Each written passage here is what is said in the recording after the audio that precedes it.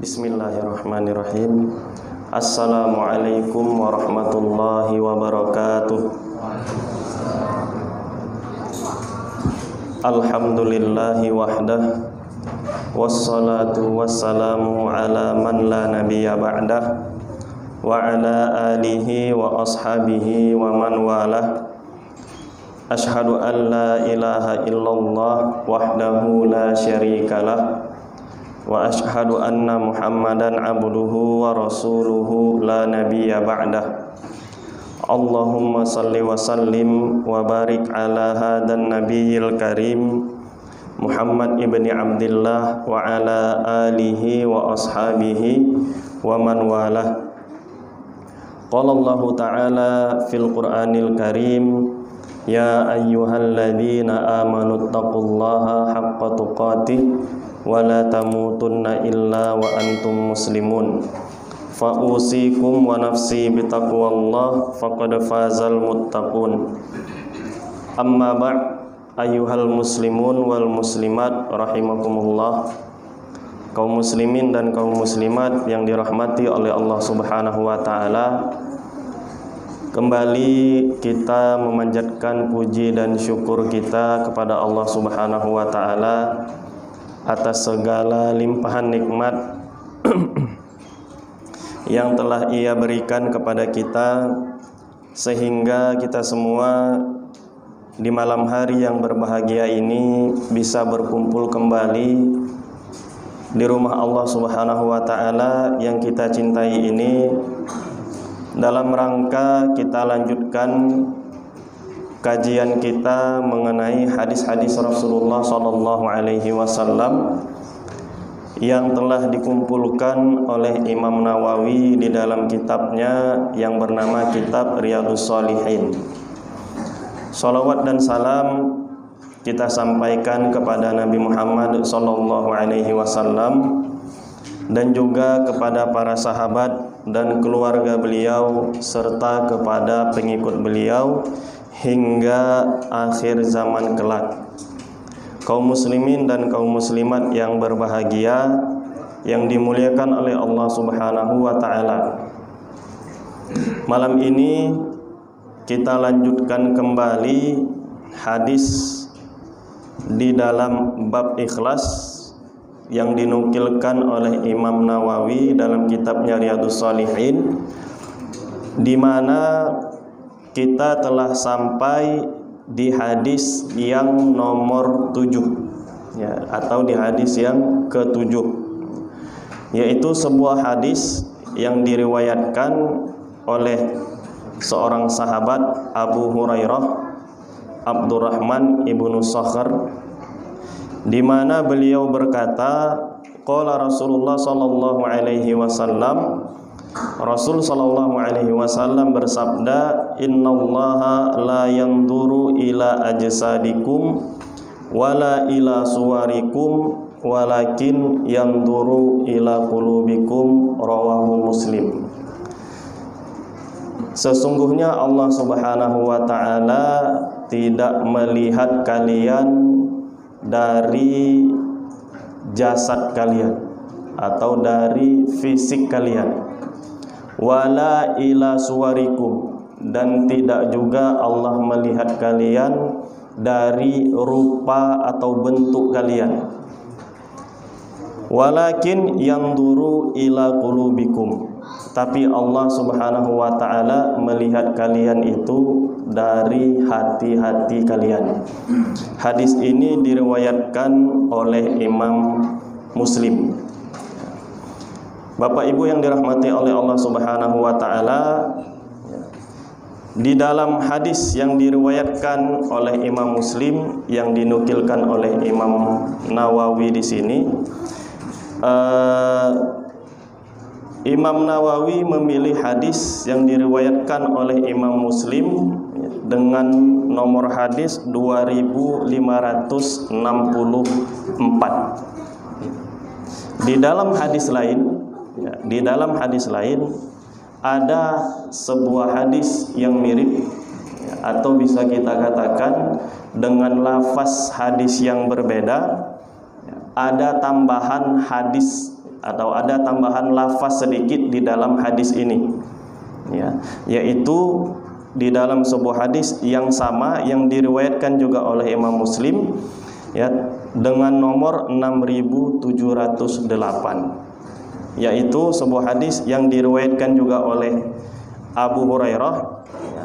Rasul sallallahu alaihi wasallam bersabda, "Innallaha la yanzuru ila suwarikum wa amwalikum." Sesungguhnya Allah Subhanahu wa taala tidak melihat kalian dari rupa atau bentuk kalian, wa amwalikum, dan tidak melihat kalian dari harta kalian. Walakin yanzuru ila qulubikum wa a'malikum. Tetapi Allah Subhanahu wa taala melihat kalian dari apa? Dari hati, wa a'malikum, dan amalan-amalan kalian. Artinya apa? Allah Subhanahu wa taala memandang seorang hamba itu bukan dari rupa, bukan dari jasad, bukan pula dari harta.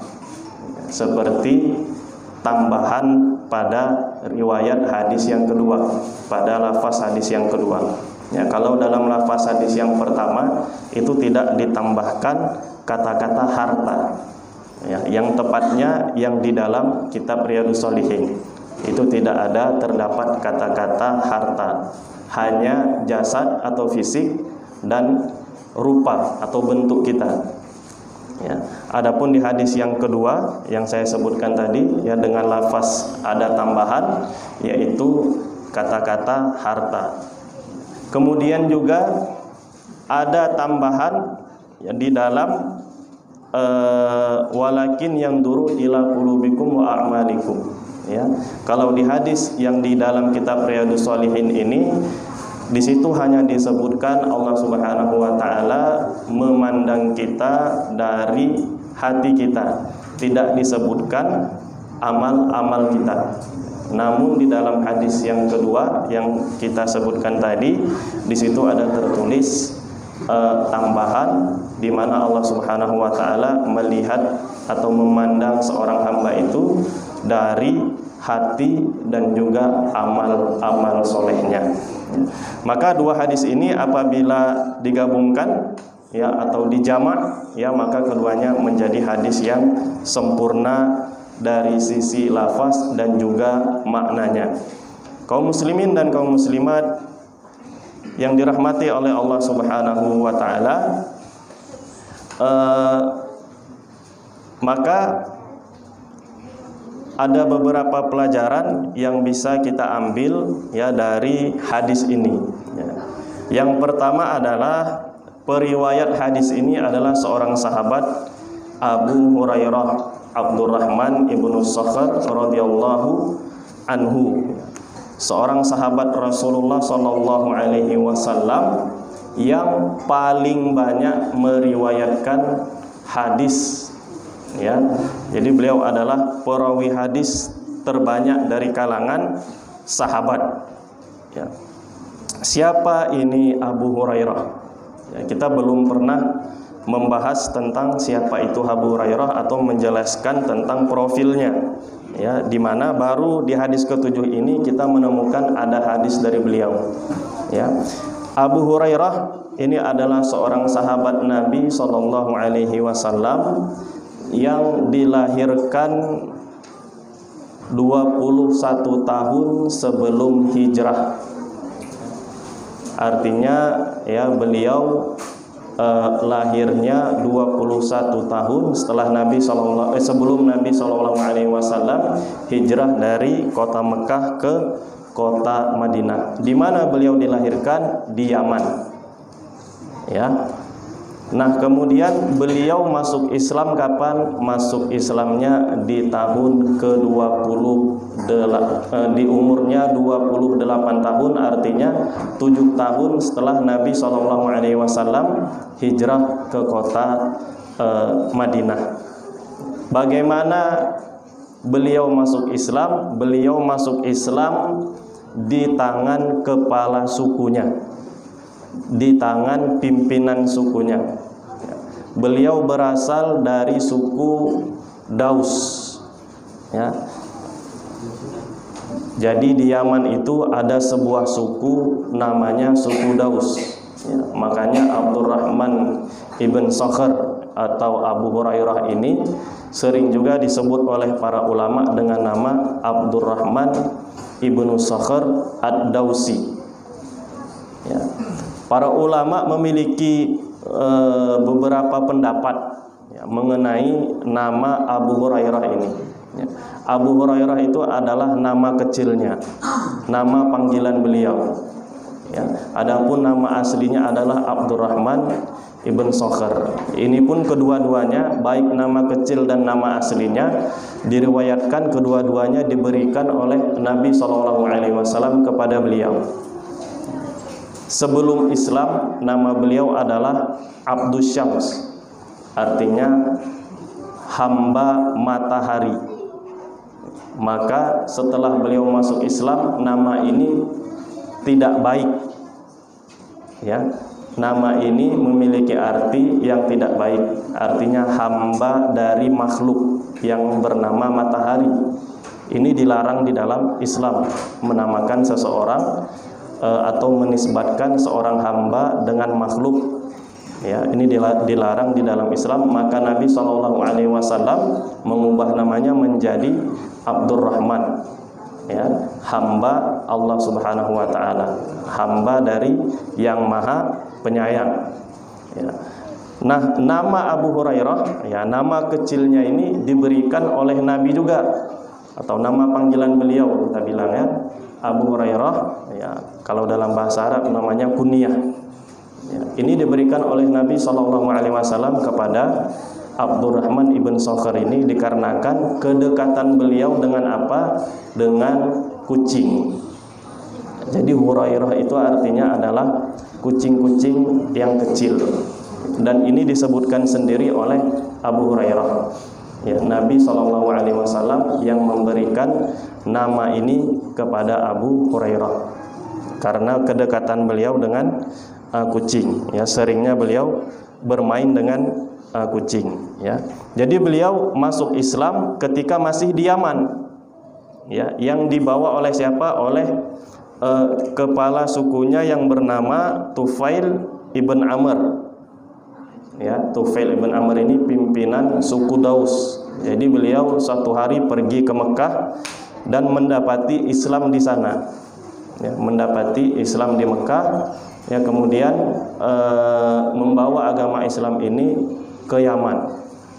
Dan yang termasuk orang yang pertama menerima dakwahnya Tufail ibn Amr ini adalah si Abu Hurairah ini. Nah, setelah Abu Hurairah masuk Islam, beliau langsung ke Madinah, ya. Jadi Abu Hurairah ini karena rasa ingin tahunya tentang Islam dan juga rasa ingin tahunya tentang Nabi, beliau langsung pergi ke Madinah dan menemui Nabi SAW. Pada saat itu Nabi SAW sedang menuju perjalanan ke Khaybar, ya, ke Khaybar, ya, sekitar 200 km dari kota Madinah ke arah utara. Nah, kemudian Abu Hurairah bertemu dengan Nabi SAW dan kembali mengulangi syahadatnya di depan Nabi SAW bahwasanya ia telah masuk Islam, ya. Dan beliau secara pribadi memang keadaan ekonominya termasuk orang yang miskin, ya. Maka itu ia langsung kabarkan kepada Nabi SAW, wahai Rasulullah, aku adalah seorang hamba yang miskin, ya.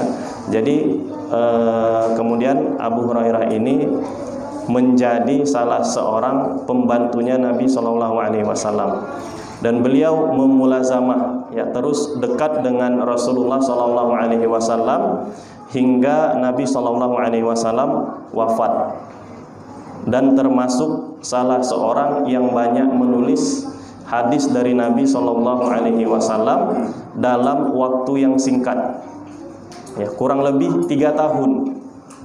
ya, Abu Hurairah ini bersama Nabi SAW. Ya, beliau bertemu Nabi di tahun ke-7, ya, di tahun ke-7 Hijriah. Ya, sedangkan umur Nabi tidak lama lagi setelah tahun tersebut, ya, kurang lebih hanya sekitar 3 tahun lagi.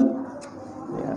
Nah, di dalam waktu 3 tahun tersebut, ya, beliau berhasil menuliskan banyak sekali hadis dari Nabi SAW. Bahkan hingga saat ini hadis-hadis beliau diriwayatkan oleh imam-imam besar, imam-imam para muhaddisin, dan dipakai untuk mengambil hukum-hukum syar'i. Ya.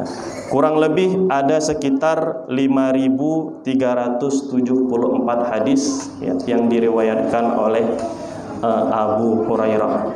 Ya. Nah, beliau meninggal di kota Madinah Al-Munawwarah dan dikuburkan di Baqi, ya, salah satu atau tempat pemakaman paling terkenal di Baqi, ya. Dan meninggalnya di tahun ke-59 Hijriah, yang mana umurnya pada saat itu sudah mencapai 80 tahun. Ya. Jadi Masya Allah, Abu Hurairah ini orang yang rajin, ya, orang yang selalu dekat dengan Rasul Shallallahu Alaihi Wasallam. Ya.